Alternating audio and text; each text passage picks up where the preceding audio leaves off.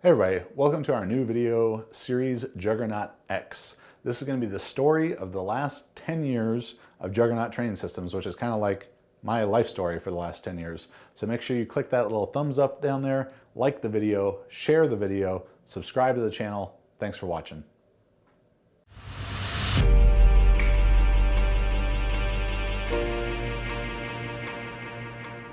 So I finished 2016 on this frustrating moment for me as a competitor, but a lot of great things coaching wise and business wise. Had people lift huge weights, both powerlifting and weightlifting in 2016.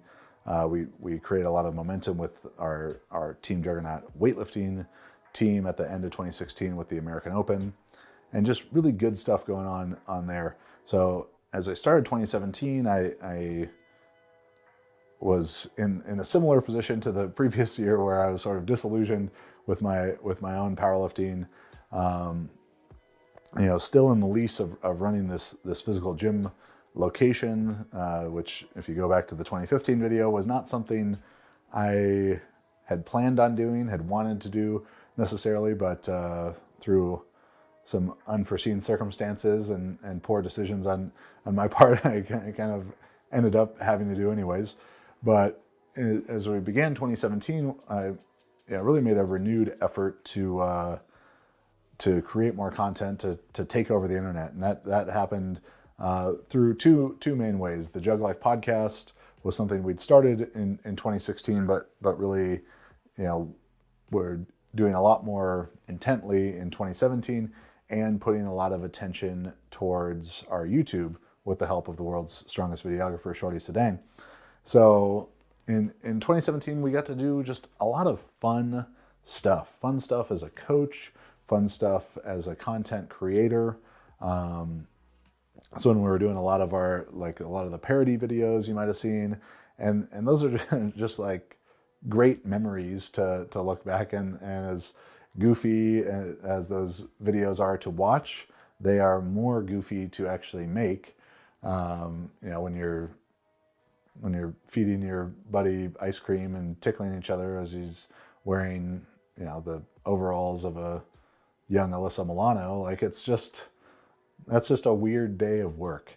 Some of the memories of YouTube, you might hear differently from Chad or Shorty, but I think I've nailed every single video I've ever done in one take. So it really wasn't like a difficult process for me to get outros and intros on any of the YouTube videos. There's probably no bloopers of it either, because it was perfect every single time. Some of the stuff there, some of the most memorable events, obviously filming Commando was huge. Definitely my breakout role as a Alyssa Milano, the best I've ever played Alyssa Milano to this day. I remember when we were making the Rocky and Apollo beach running scene. I think was a kind of perfect encapsulation of what this, how fun and funny this job is sometimes. That we had gone to a Halloween store to pick up wigs. That was not our real hair in the videos, and we're going through the wigs, and Max was trying on the wigs in the store, which is frowned upon by Halloween store employees, we found out, and we're checking out with our wigs and jerseys and short shorts or whatever we'd bought there. And middle-aged woman behind the desk asked, "Oh, you guys got a Halloween party tonight or this weekend or whatever?" And I said, "No, this is for a work project." And as deadpan as I could say it to her, and just sort of stared at her, and she just looking at me like, "What the fuck are you talking about? A work project?" And it was paid and walked out and left it at that. But that was the reality of it. It was, in fact, for a work project. It was just two, guys in their early 30s dressing up in goofy wigs and, running up and down the beach in slow motion. It's a normal day living the jug life. So that was a lot of fun, making the Step Brothers ones, when they're karate chopping watermelons and all over our weightlifting platforms. So when Max did in fact fail to punch apart a bag of potato chips, of a glancing blow, Couldn't quite break it, but a lot of fun memories with that, and a lot of I think really important work, creating our YouTube videos, which I take a ton of pride in that the information we provide there, and the quality of the information, the quality of the production. My ultimate goal is that every training question about powerlifting or weightlifting someone could have, I'll just have a video to refer them to. So rather than trying to write out, a couple sentence answer on Instagram or something, I can instead give them a 5 to 25 minute video to give them all the nuances of the topic that they may be interested in. Another podcast that definitely stood out was the Icarus podcast. You go back and check that out, Icarus and Switching Piss, which is about the documentary, Academy Award-winning documentary, Icarus, and a real moment of pride for me. And that was actually one of the producers of it tweeted at me saying that he had watched it and called it the most thought-provoking and funniest take on their film that they had seen. And that was sort of a collective message from the makers of the movie. So that was really cool that those guys saw it, that they appreciated it, because it was a great movie and was just a lot of fun to kind of give our perspective there. That was such a monumental event when it happened, but for us to do the podcast, and then what was cool is that there was recognition of it from some of the people involved in Icarus, the movie, which was really cool to me. That was one of those moments of, again, this is a real thing that people actually pay attention to. And then another one was the podcast we did on the transgender stuff, which was, I thought it was a super well done. There's a lot of research Chad did went into it. And it was a really unbiased, great example of hey, we can report on something and talk about it in a way that's not just pure opinion or whatever. So I really thought those two were the most standout podcasts of 2017. As coaches, 2017 was huge. At the 2017 Arnold was the first year that they had the Grand Prix. Marisa had her best meet ever, 9 for 9, IPF world record in the total. And the deadlift, I believe, but definitely in the total. That's the one that really matters anyways. Probably right up there with my proudest moment as a coach. I mean, I remember, you can see how pumped up we are going into that last deadlift, and I was, in tears in the back after it, just so happy for her, and so much of her hard work that got to be realized there. So 2017 was just a really great year for myself as a competitor and for Chad as my coach. Going into 2017, I had the best training block, did not miss a lift in training going into the Arnold Grand Prix. This was also the first year that they put all of us on the big stage at the Arnold, and went 9 for 9, got no red lights on anything, which was also a first for me because, I always get called on squat, and also just got the most amazing pictures there, set the all-time world record total at that time. And also, just set a PR total for myself as well. It was amazing. Got the best pictures. It's really fun to do those meets with Chad because I think he gets more excited than I do, and it's just really great to see those moments and have them captured on camera. A few months later, we went on to Belarus for the IPF World Championships, and through a very up and down day where she came out of the squat 13.5 kilos behind, and just sort of, if you remember what I had said in the 2016 video about how I couldn't follow my own advice at big dogs and just take one lift at a time and compartmentalize, a bad squat, a bad 3 squats to move on for to have positive bench press and deadlift. She was in the back with me at big dogs and got to, see my frustration in that and learn from my example of what not to do. And even after she maybe went 1 for 3 in the, I think one for 3 in the squat there at Worlds, while both Liz Craven and Susie were kind of going back and forth with world records. we got to look back at that moment for me a few months earlier and basically like, hey, remember when I screwed this up? Like, you've learned this lesson from me.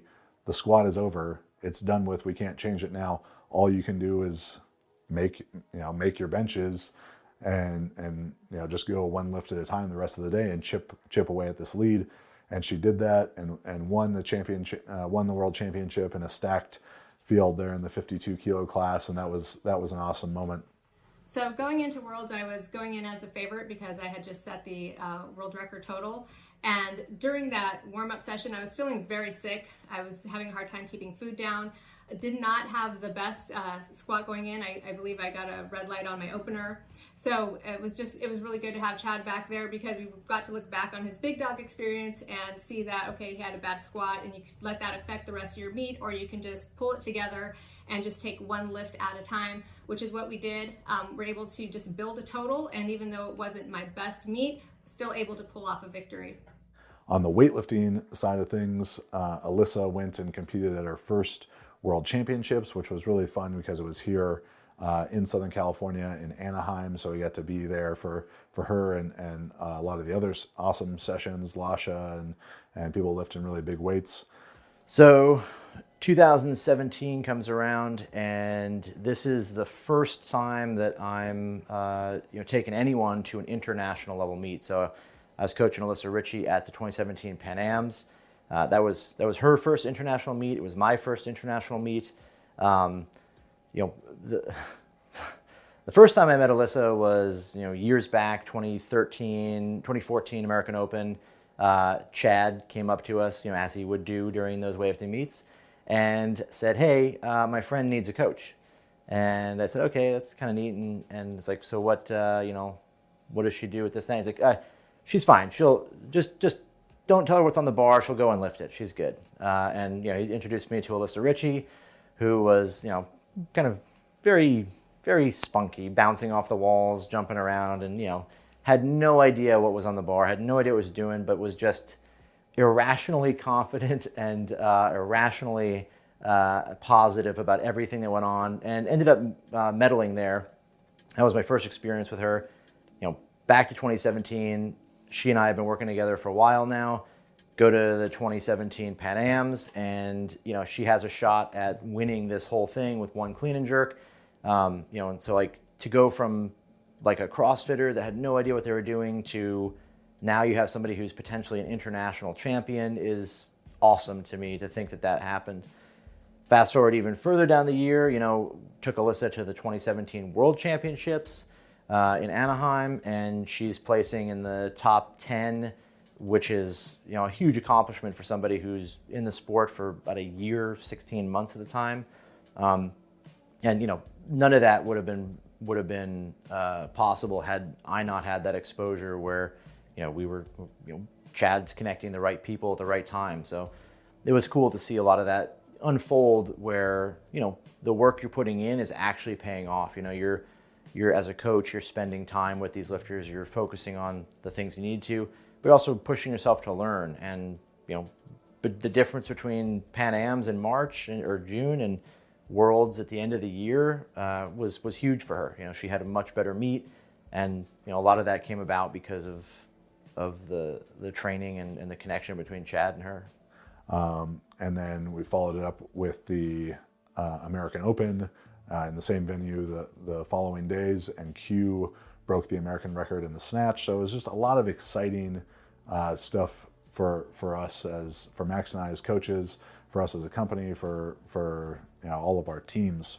A week after Alyssa competes at 2017 Worlds, Q competes in the American Open, and Q going to the 2017 AO to do kind of one thing, which was to break the American record snatch.